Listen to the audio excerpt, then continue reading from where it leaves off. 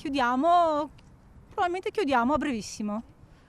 E dopo 35 anni di lavoro siamo a casa. Per i 24 dipendenti la notizia è arrivata come un fulmine a ciel sereno. L'azienda che produce camicie con lo storico marchio Nara ha deciso di chiudere il sito produttivo di Santa Maria di Sala e subito è scattata la protesta dei sindacati che hanno manifestato insieme ai lavoratori prima davanti alla sede della CGIL e della CISL di Mestre e poi davanti agli uffici regionali di Veneto Lavoro, dove i rappresentanti hanno incontrato l'azienda.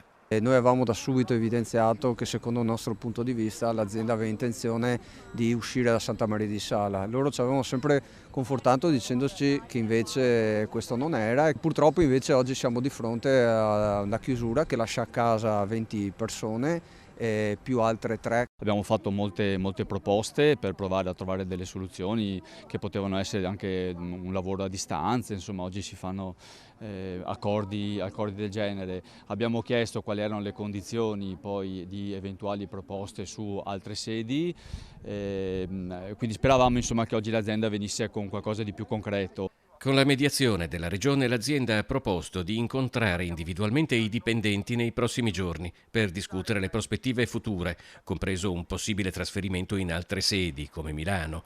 Quindi è in programma un nuovo incontro azienda-sindacati e poi azienda-sindacati Veneto Lavoro. Siamo appena all'inizio, non abbiamo visto molta apertura da parte dell'azienda, però vedo che c'è un gruppo molto unito di lavoratori e di lavoratrici, quindi penso che questa unione ci farà molto bene, ci darà forza per andare avanti e portare a casa il meglio. Le prospettive insomma preoccupano i dipendenti, mentre i sindacati chiedono la cassa integrazione straordinaria per i mesi che serviranno a trovare una soluzione definitiva che non impoverisca il territorio veneziano.